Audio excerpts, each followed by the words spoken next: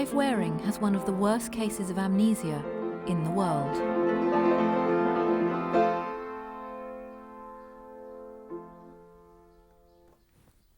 I know it's like to be dead now.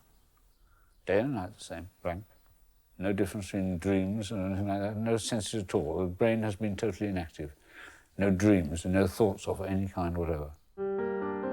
Clive was a renowned conductor living in London when he was struck down by a virus in 1985. Parts of his brain were completely destroyed, including his memory. However, his ability to play music is unaffected. Do you feel different when you play music? I've never heard a note since I've been ill. I don't know what it's like to play music when you're unconscious. You played us some music about 2 minutes ago. Not known to me. Totally unknown. I've never heard a note yet. Clive's case became known to millions when a television documentary was made about him in 1986.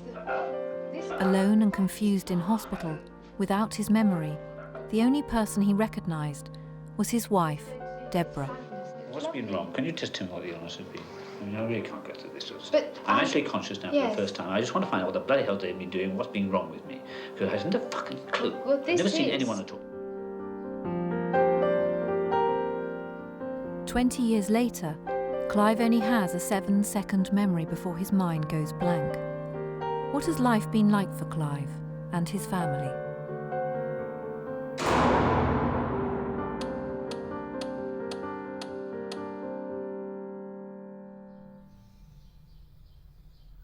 Do you know that we're making a film about you? No, that's news to me.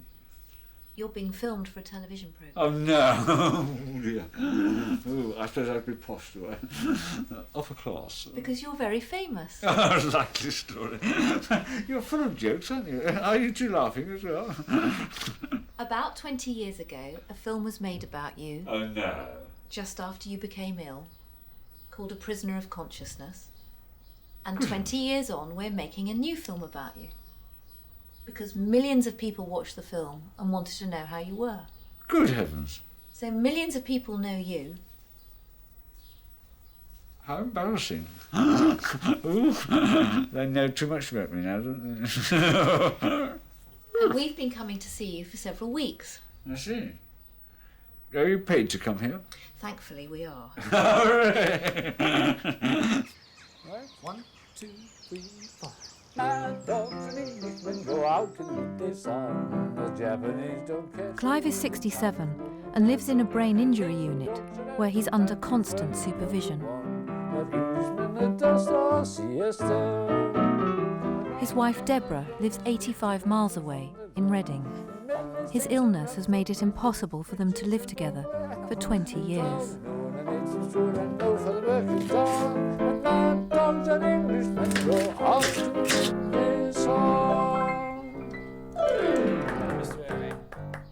If Clive went out of the front door, unsupervised, unaccompanied, it would be like being separated from a spaceship.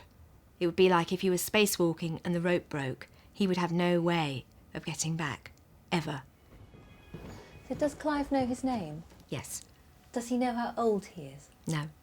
Does he know where you live? No. No idea. Does he know your job? No. No idea. Does he know the day of the week? No. Does he know the date? No. Can he read a book? No, because he can't remember the sentence before last. Can he watch a film? No. He'll watch the rugby or he'll watch the cricket.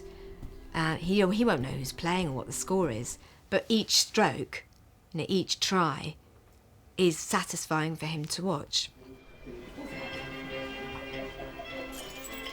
Coming.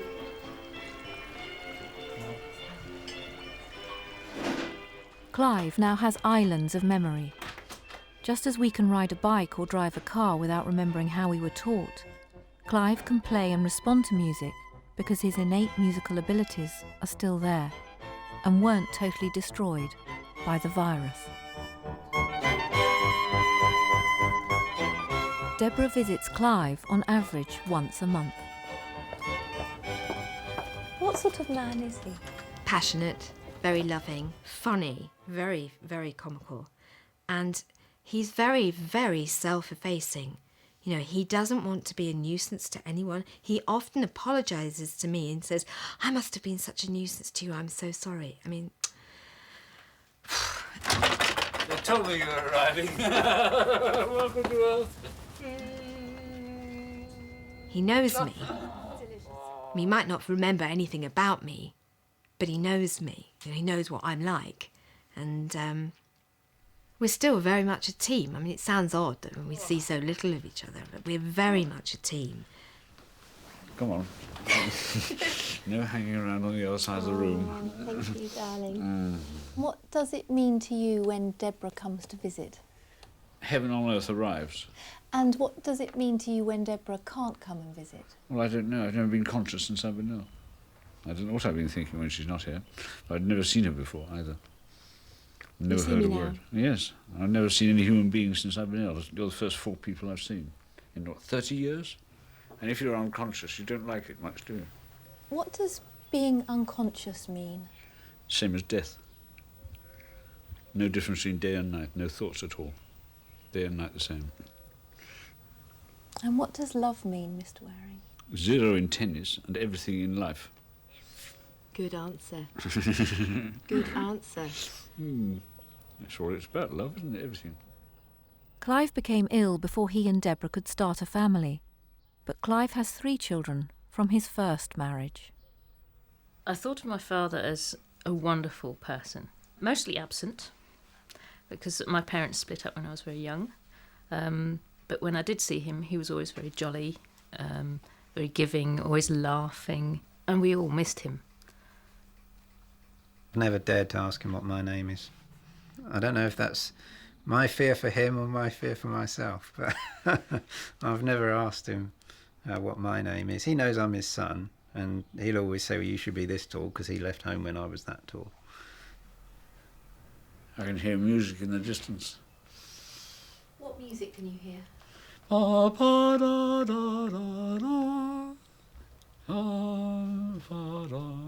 Since his illness, Clive has auditory hallucinations.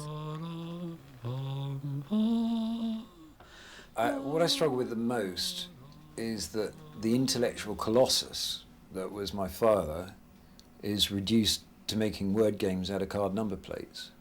You know, it's just, there's a tiny fraction of him left now.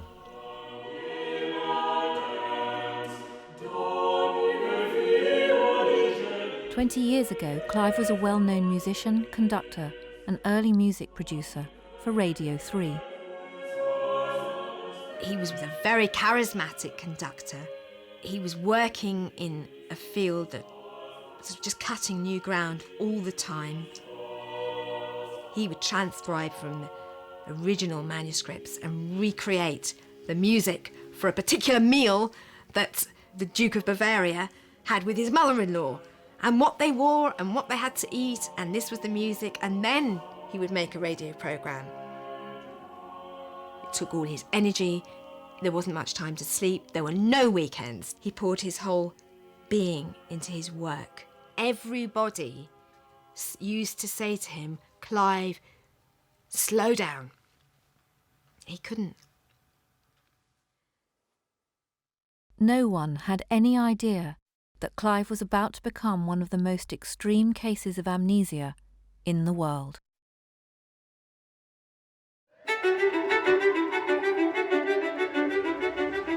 Clive's descent into brain damage came frighteningly quickly 1 week in March 1985, when he came home from work looking flushed and feverish.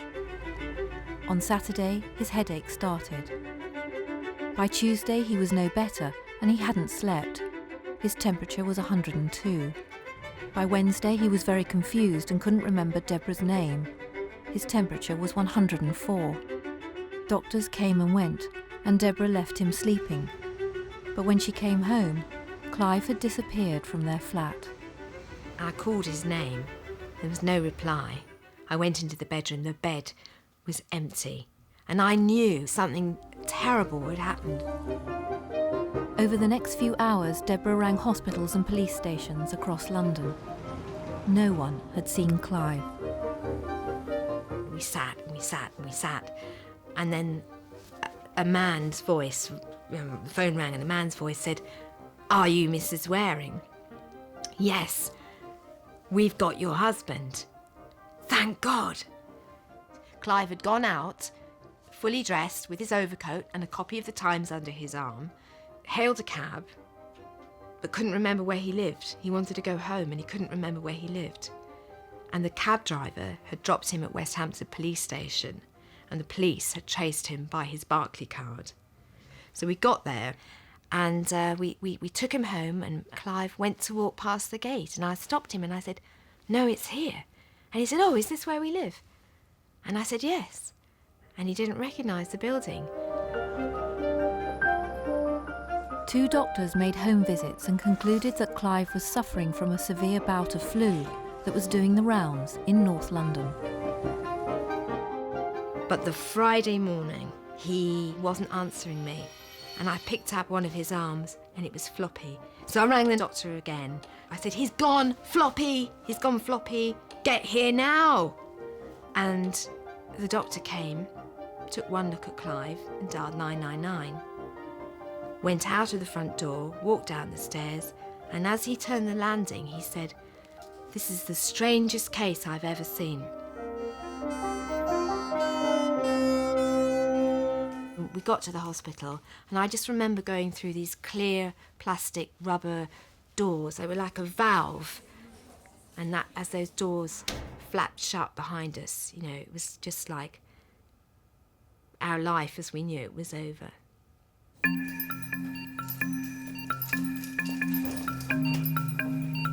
Once Clive was inside St Mary's Hospital, the doctors fought to halt his fever and desperately conducted tests. They realised that Clive's brain was being attacked by the herpes simplex, or cold sore virus. Occasionally, this virus crosses the blood-brain barrier and gets into the brain. Nobody knows why or how, incredibly rare. It happens it's a 1 in a million chance that it's going to happen. And it caused an inflammation of the brain, which was called encephalitis. From what the doctors said about how bad the temperature had been and how ill he'd been, I was very concerned that he wasn't going to live. I was fairly convinced that I'd come to see my dad die.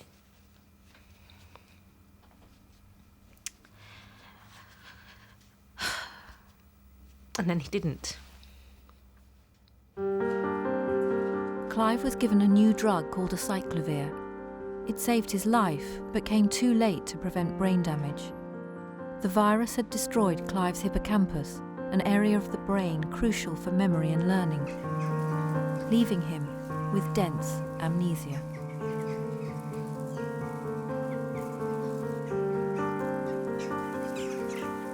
How many years have I been ill? About 20. About 20. Can you imagine it's right to have one night 20 years long? With no dream? That's what it's been like. Just like death. No difference between day and night, no thoughts at all. In that sense, it's been totally painless. Which is not something which is very desirable, really, is it? Because it's precisely like death. If you have no senses of pain, you have no sense of any kind working either. I don't remember sitting down on this chair, for example, or the settee as it is. That was unknown to me. I've never seen a human being since I've been... That's the first photograph I've seen of anybody. And who is that photograph? It's one of my sons. I can't remember his name. It's gone now. Last time I knew him, he was still at school. That's how many years it's been. A few years before, he would have died from it. And a few years later, they might have spotted it quicker, or maybe a different doctor might have spotted it quicker, or whatever. So it was just on the cusp of that change, and that's, yeah, he suffered for that, I think. In my own mind, it was the question of, is it right that he's been ill for so many days, and how much damage has been done to his brain in that time, and whether it was the right thing or the wrong thing that he was treated and everybody fought for him as much as they did. Clive remained at St Mary's Paddington for 7 years. There was nowhere else suitable for him to go. His mood swung from euphoria to sadness within weeks, and confusion and despair set in. He was in severe shock, so he was just crying all the time. You'd come in and you'd say, "Oh, hi, I'm your son." "You're my son, I don't recognise you." And then he'd be crying again, and you're just stuck in that loop for months. I said, "Clive, can you tell me why you're crying?" And he said, "No." And I handed him a little notepad and a pen, and I said, "Can you write it?" I said, "Just write quickly, why are you crying?" And he wrote, "I am completely incapable of thinking."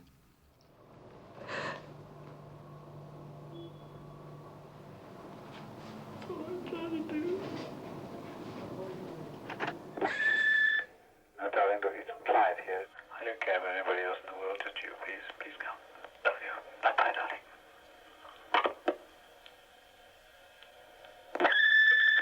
These messages were recorded on Deborah's answer phone minutes after she'd left him. I want to say to you, darling, can you come and see me, please?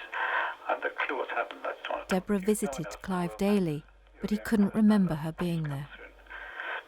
I don't care how late it is. Come to me at midnight or 1 o'clock in the morning. I don't mind. I just love you, and I want you to come as soon as you can, please, darling. Take care. I love you. I haven't seen you yet, and I want to. Please come, darling. Bye-bye.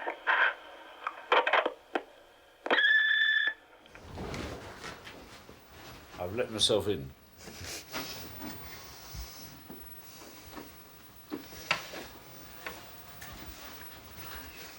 First time I've seen a human being. Every moment for Clive is the first moment, because the amnesia is rubbing everything out immediately after it happens. Not only does he not remember anything that's happened to him since he was ill, he doesn't remember anything that's ever happened to him in the whole of his life. He knows about things, he knows that he worked for the BBC, but he does not have any event in his mind that he can bring to his mind's eye. He knows that we are married. He does not remember the wedding.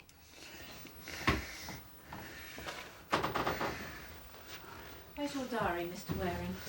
No idea. Never seen it. It says 7:16 a.m. first act. Well, I don't remember that, so what was on there today.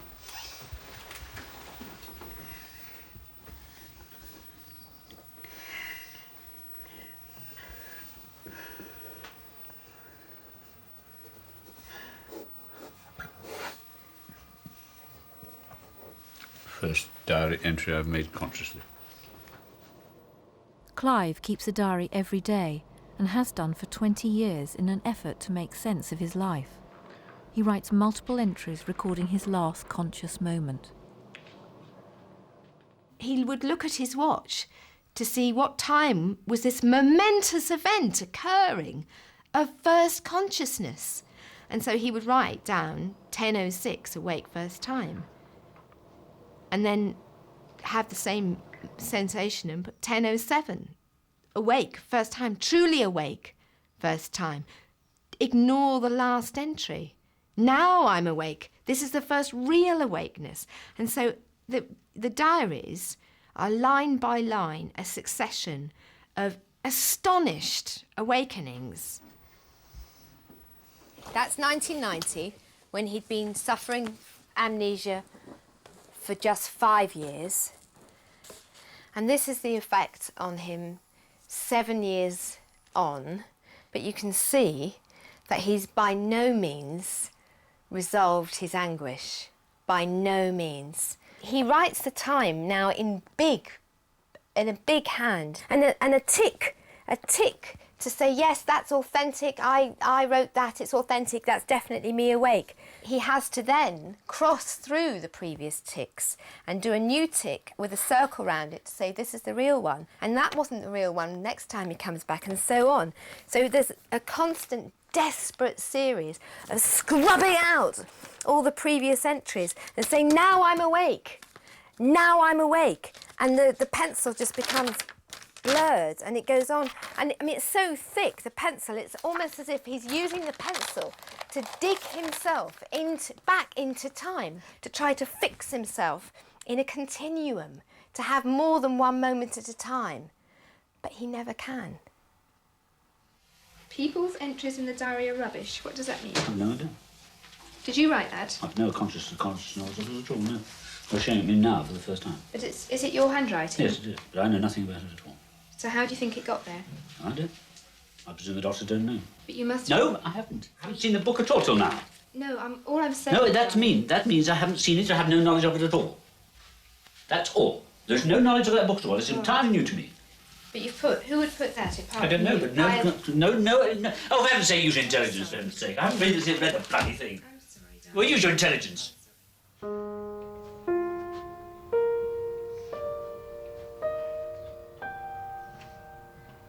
The doctors don't know why Clive's aggressive outbursts have gradually stopped.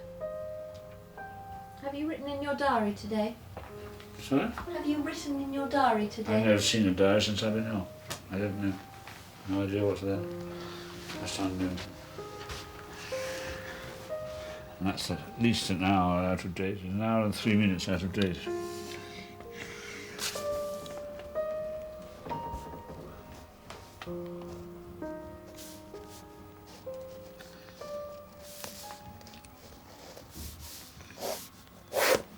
Yeah. First time I've seen my writing. First time I've seen my room, first time I've seen human beings. I've never had a dream or a thought, day and night the same. No thoughts of any kind.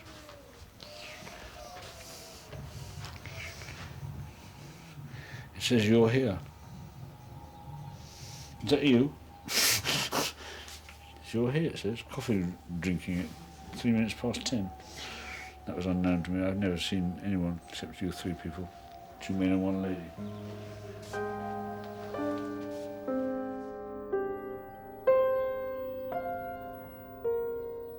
Clive's condition was hard for Deborah to bear.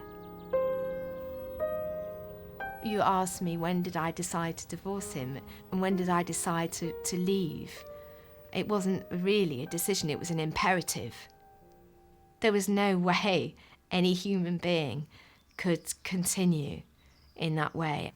We had the same dialogue in a loop tape, repeated verbatim, with the same inflection, the same tone of voice, the same expression on the face for, well, the whole 9 years until I left, and we were still having that conversation as I was backing out of the room.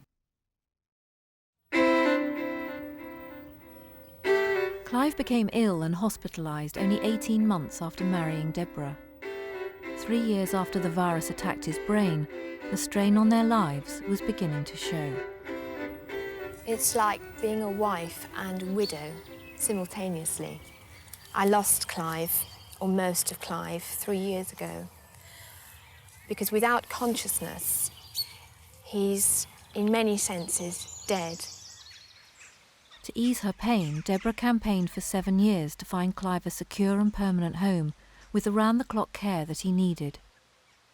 In 1992, he was finally moved to a new specialist brain unit outside London. Deborah's mission was accomplished, but she had exhausted herself, and Clive was increasingly having fits in her presence. With no hope of living together again, Deborah divorced Clive and flew to America. I was in my mid-30s. I wanted kids. I didn't want to be on my own all the time. It was very lonely. And I thought maybe having a relationship with somebody else and having kids would help to heal the pain. I rang him up to say, "Hello, darling, I've arrived." Although, of course, he didn't know I'd left because he didn't know I'd ever been there. And it didn't really make any difference where I was. It didn't matter whether I was in London or New York or Timbuktu. I tended to fall for just completely impossible people who are all artists of some kind. And as soon as I became close to anybody and had conversations with them, you know, the relationship just dissolved because They weren't Clive, basically. I was looking for Clive, I guess. Did he ever ask you when you were coming home? No.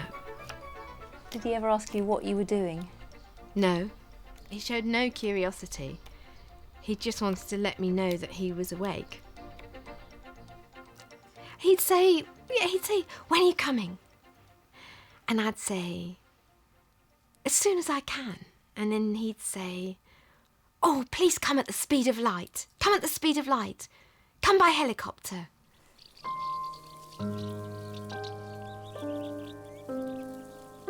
In 1996, Deborah had to make a choice, whether to remain in America and apply for permanent residency and a green card. She returned to the UK, drawn back to Clive. She settled in Nottingham, working for the brain injury charity Headway. Deborah had come full circle. And I came back still not knowing how to live. Still with a huge emptiness, a great sucking emptiness inside that could never be filled. Still with a sense of needing to go home but not have, where's home? Because home was where he was, but I couldn't be with him.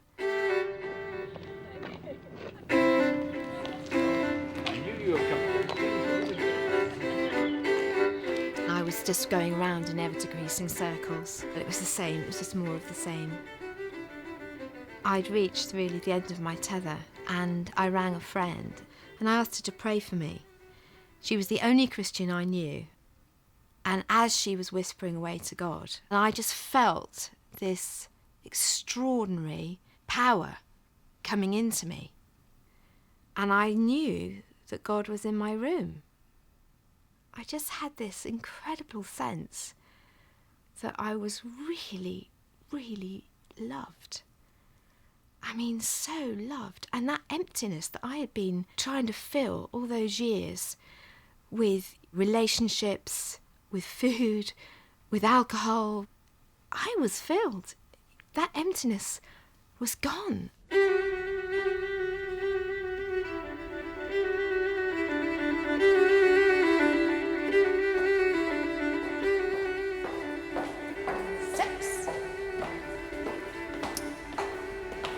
This is the Etheldreda's. It's an Etheldreda's Ely place.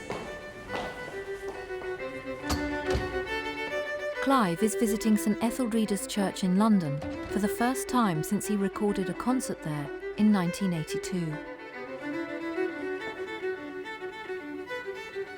It's amazing to have the acoustic of the churches is quite unlike that of a concert hall. Yeah, yeah.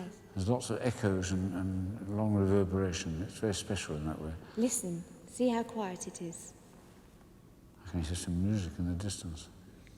I remember last time we were here, you were conducting the Lasses Requiem. Was I? Oh. And it was for the Lasses International Lasses Festival that you put on, and you came in here, and none of the pews were here, and you used the whole building. For the acoustic. And you had, it was far from a concert, it was actually a celebration of the Mass, as if Lasses had just died. It was extraordinary. And it was so moving that there were people here who were crying. And it was broadcast live to 5 countries. And you were directing it. And it was so moving that everyone was in tears. That's how good a musical director you were. It was just live. And it gave the audience, whether they were sitting at home listening to the radio or whether they were walking around here in the dark with candlelight flickering, you gave them an experience of something deep and profound and spiritual. And they went away after your concerts and they were never the same again. You did, darling. I don't know, you didn't even say that. I can't think that. Oh, you were marvellous. Yeah. You still are marvellous.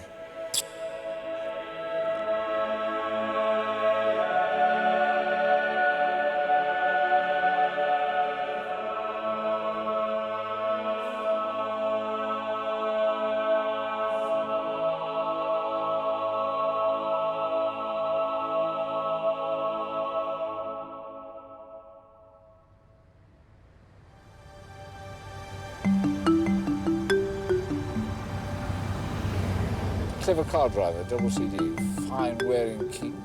Extremely pleasant garage that came from. Clive makes phrases out of the letters on car number plates as they flash past. The great king of Kenya. 2 double Ks, it's a rare sight. Thank you, my love. Ladies first, forever.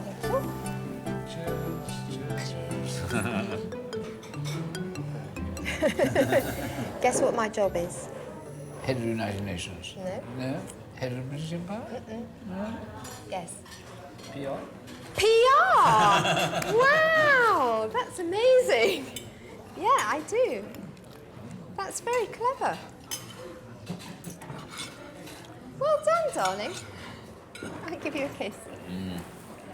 Thank you. You astound me sometimes. You take my breath away. I know you didn't lose your breath. Got not to stop reading now. No, I won't. Until God tells me to. Do you know what I do for a living? You earn money. Yeah. Yeah. What do you think my job is? Running the United Nations. No, really, what do you think it is? Guess. Head of the United Nations. No, No. British Empire. Guess. What can you see me doing? Being a film star. No, really. I don't know. PR, public relations. Oh, I see. Oh, well done. That's an exciting life, though, isn't it? No 2 days the same, really. They're always different, aren't they?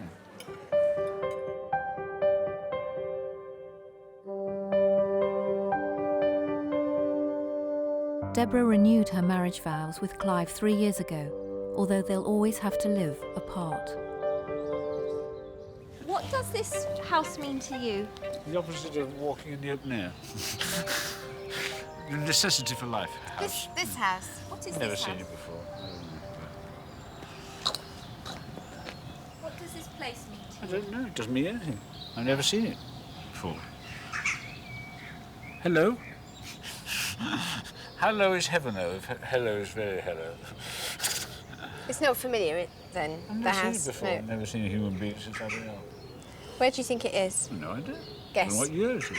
Guess where it No might idea. be. It could be anywhere from Scotland to Cornwall. Do you think there's anyone that... Do you think you've ever been here before? No.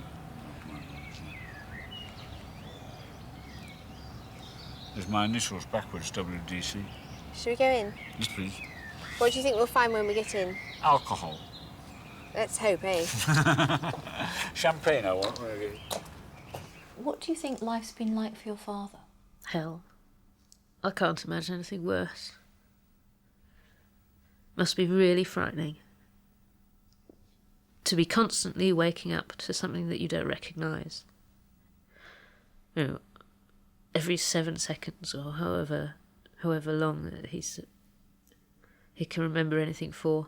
To sort of turn around and, where am I? And you do it again and you don't know where you are. I can't imagine anything more frightening. Must be like a nightmare. It really must.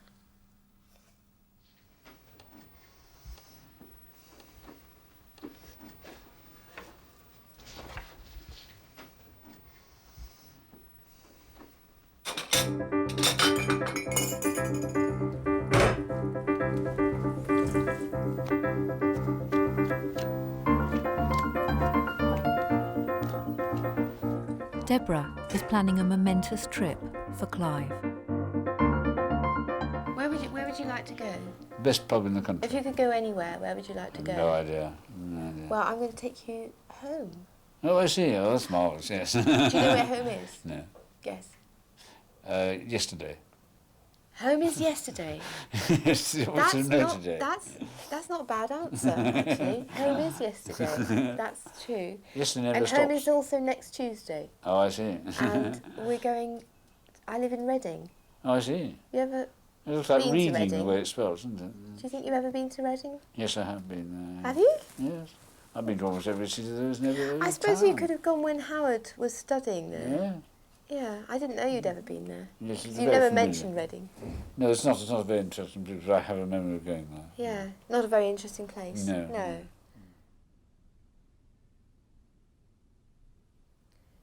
Can you name a town in Berkshire? No, I can't. I can't remember the geography. Do you know where I live? No.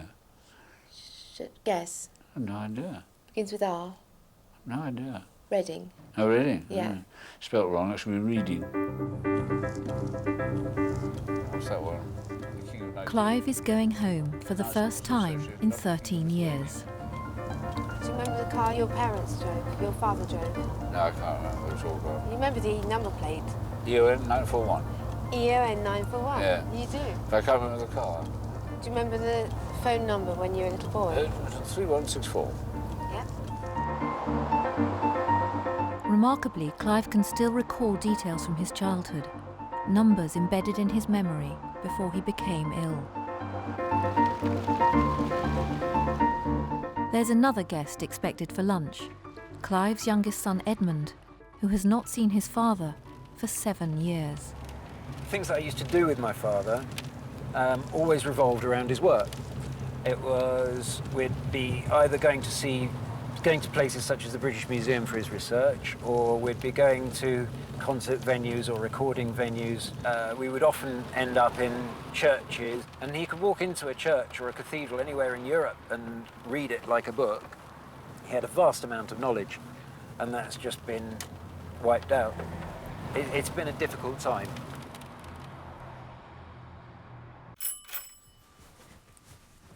Seconds before Edmund's arrival, Deborah has primed Clive to expect him. Ah, look who it is, darling. Hello.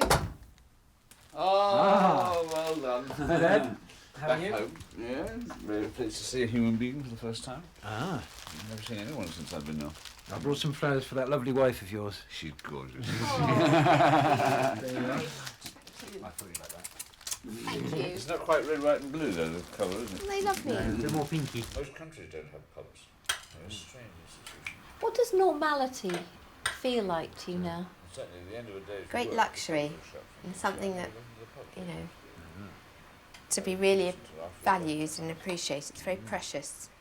We haven't had a family meal for 20 years.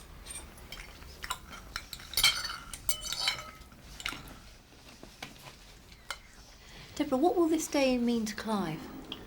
Nothing. Nothing in his conscious memory. I mean, even while he's here, he doesn't know we're here. And when he's in the car, he won't know we've been here. And you won't remember anything of it? No. He doesn't remember anything that's ever happened in the last 20 years, ever. What do you say to Clive when he gets confused and disorientated? How do you deal with that? But he's disoriented all the time. But it doesn't matter, because we don't need to be in time. We don't need to be in any particular place, because we're on another plane, Clive and I. We're in a world where there is no time. After 4 hours, Deborah has to take Clive back to the brain injury unit. Has it gone well? I don't really want to answer that, thank you. Why is a giant pronounced the way it is? It should be giant. Sorry. You know Jacques Christophe. That was very rude. That was really rude. Ask me that again. I was just wondering how the day had been.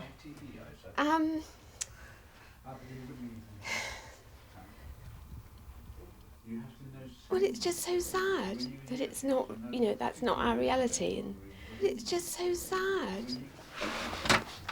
Okay. That was your shot. Yes, please. Right.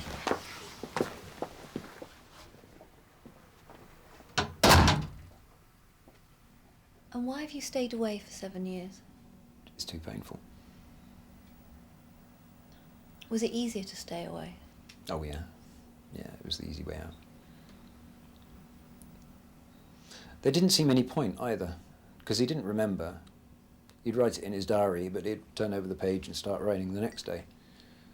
Did he know who you were? More or less. Sometimes he'd need a bit of prompting. He's got a quick mind. If friends came up that he didn't recognise, and he understood that he was supposed to recognise these people, then he would greet them like long-lost friends, and he'd work on that until somebody told him what he needed to know. So he was always a difficult man to fool, you know.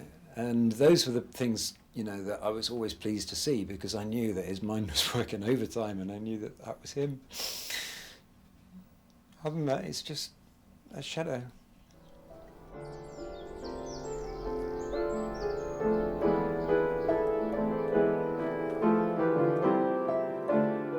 Today, Clive's sister Adele has come to see him.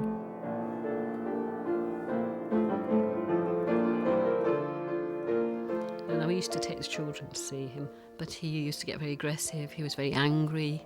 You know, there was one occasion when I went to see him on my own, and he just, when I said who I was, he attacked me, almost, you know, grabbed hold of me very aggressively. And the staff came in and sort of calmed it down. But he'd remembered me when I was younger. He just said, no, you know, you're too old. Well, that's all four of us, is it? Yeah. That's what Adele looked like when. How old do you think you all were then? I was 10 or 11. I think I'm about 4 there, actually. About 4. Yeah, so you're about 9 or 10 then. Yeah. And Doesn't Jeff look enormous compared with us? And he went off to sea when he was 15, didn't he? Yes, he went to the Merchant Navy. Yeah, but the ships travel really quite slowly compared with the aircraft, don't they? Oh, very slowly, Yeah. yes. Yeah. I used to go and visit him. I found it just so difficult. And not easy to talk to him at all. My husband, who'd got no connection with him, found it much easier. He could talk about things that were totally irrelevant and quite happily carry on a conversation with him, but I have always found that extremely difficult thing to do. Oh, shame. It's been lovely to see you. I much prefer seeing you than see me. Yep. See you. All right. Oh, wonderful. Bye-bye for now. Okay. You stay there and I'll... You open the door? I will. Are you going? I'm going. Oh, shame. Bye-bye. Back at the speed of light, please. I'll do my best. Bye. Isn't she wonderful?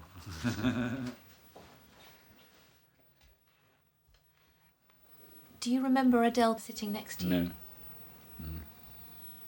Can you remember what she was wearing? No. Never seen her.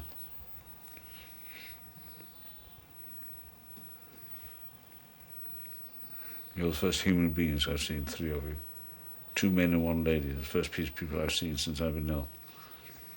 No difference in day and night, no thoughts at all, no dreams. Day and night, the same blank. Precisely like death. Is it very hard? No. It's exactly the same as being dead, which is not difficult, is it? To be dead is easy. You don't do anything at all. You can't do anything when you're dead. It's been the same. Exactly. Do you miss your old life? Yes. But I've never been conscious to think that. So I've never been bored or upset. Never been anything at all, exactly the same as death. No dreams even. Day and night the same. When you miss your old life, you say, yes, I miss my old life. What do you miss? The fact that I was a musician. And in love. He'll say things like, do you know what it's like? And that's really dangerous, because I actually did. I said yes once, because I was just saying yes, no, yeah. That was disastrous. I've never said that again since. Why? Because he says, you don't know what it's like. How do you know? And of course he's right, isn't he? So there's no way you're going to know what it's like. So he's still got some fight in him. Oh, yeah. But that's the thing, is probably 3/4 of his personality is still there functioning normally. He will analyse what's happened. He said, well, the doctors must be very interested in this. It's a very unusual case. He worked it all out over and over again, because he doesn't really remember that he worked it out an hour ago.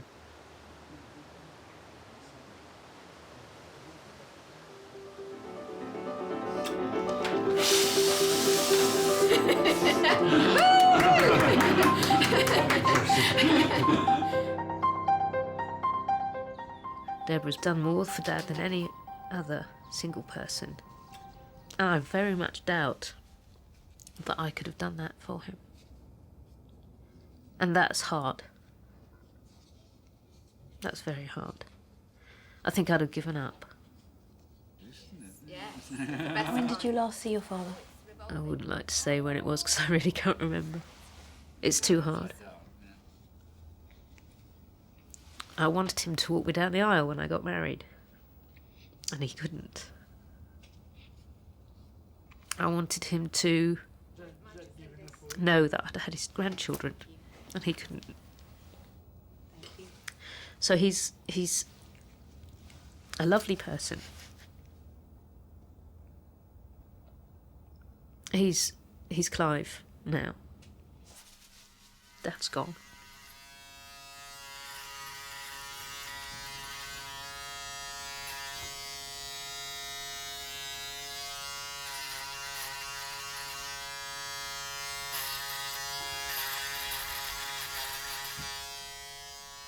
Considering he's still one of the most amnesic people in the world, he's pretty peaceful. Considering he doesn't know where he is or what century it is, or what time he got up that morning, or that he's in a place where he lives. Considering all of that, his state of mind is extraordinarily calm, happy, content, and very much himself. He's himself. If you could do anything now, if you had free choice, what would you do next? I would gin and tonic, I think. With a cigarette. And then, of course, waiting for time to elude and disappear, and her arrival.